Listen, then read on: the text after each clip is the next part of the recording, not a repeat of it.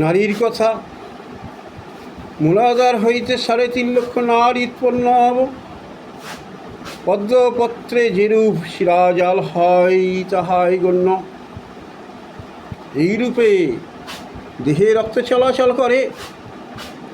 জীবের প্রধান ইহাই অস্থি মজ্জা ধরে। 3.5 লক্ষ নারীর মধ্যে 14টি প্রধান। ইহা ইরা, পিঙ্গলা, সুষুম্না এই 3টি নারী যান। গান্ধারী, হস্তিনী, জিহ্বা, কুহু, সরস্বতী, পুষা, শঙ্খিনী, পর্ষিণী, বারুণী, অলম্বুষা, বিশ্বদ্বরী ও যশস্বিনী। সুষুম্না মলাধার হইতে উৎপন্ন হইয়া নাভিমণ্ডলে আছে। তাহার মধ্যস্থল দিয়া উত্থিত হয়ে ব্রহ্মরন্ধ্রে মিশেছে। স্বাধিষ্ঠান মণিপুর অনাহত বিশুদ্ধ চক্রে বেষ্টন করেছে। ইরা দক্ষিণ নাসায় ও পিঙ্গলা বাম নাসায় গমন করেছে। ইহা আবার সুষুম্না নাড়ি দিয়ে মেরুদণ্ডে গমন করেছে। ইরা চন্দ্রকলা, পিঙ্গলা সূর্যস্বরূপা হয়েছে।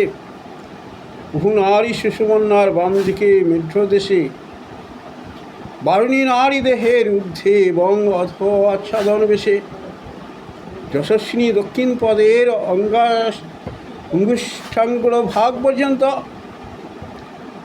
পুষা নারী দক্ষিণ নেত্র, পয়সিনী দক্ষিণ কর্ণ পর্যন্ত, সরস্বতী বগ্র শঙ্খিনী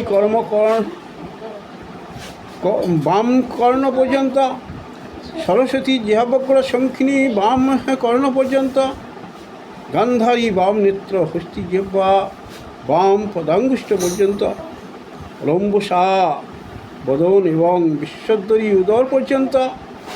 সমস্ত শরীরটা নারী দ্বারা আবৃত যেন।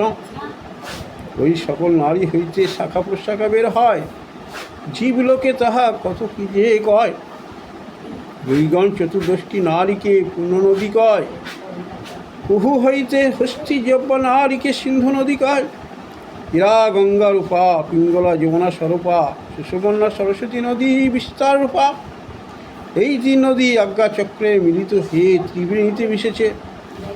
যেমন ত্রিবেণী স্নান করে পূর্ণবাঞ্ছা করেছে, ওই গঙ্গায় স্নান বাহ্য স্নান বলে। আর দেহে নদীতে স্নান অন্তঃস্নান চলে। গুরুর কৃপায় যিনি আত্মতীর্থ স্নান। ইরা পিঙ্গল ও সুষুম্নার মধ্যে সুষুম্না প্রধান। ইহার গর্ভে বজ্রাণী শিল্প শিরস্থান। বজ্র নারীর মধ্যে ব্রহ্ম বিষ্ণু শিব বিদ্যমান। মাকড়সা জালের মতো চিত্রাণী নারী আছে। ওই নারীতে পদ্ম বা চক্র রহিয়া আছে। চিত্রা নারীর মধ্যে আর একটি বিন্দু বর্ণ নারী আছে। ব্রহ্মনারী মূলাধার পদ্মস্থিত শিবস্থ শস্ত্র দলে মিশেছে। এই ব্রহ্মনারীটি অহর্ষি যোগীগণের পরিচিত। এই নারীর ভিতর দিয়া গমন করিলে যোগের সিদ্ধ। এসব তত্ত্ব যোগী ছাড়া দিতে করে ভয়। এসব তত্ত্ব সকল মানুষের জানতে ইচ্ছা হয়।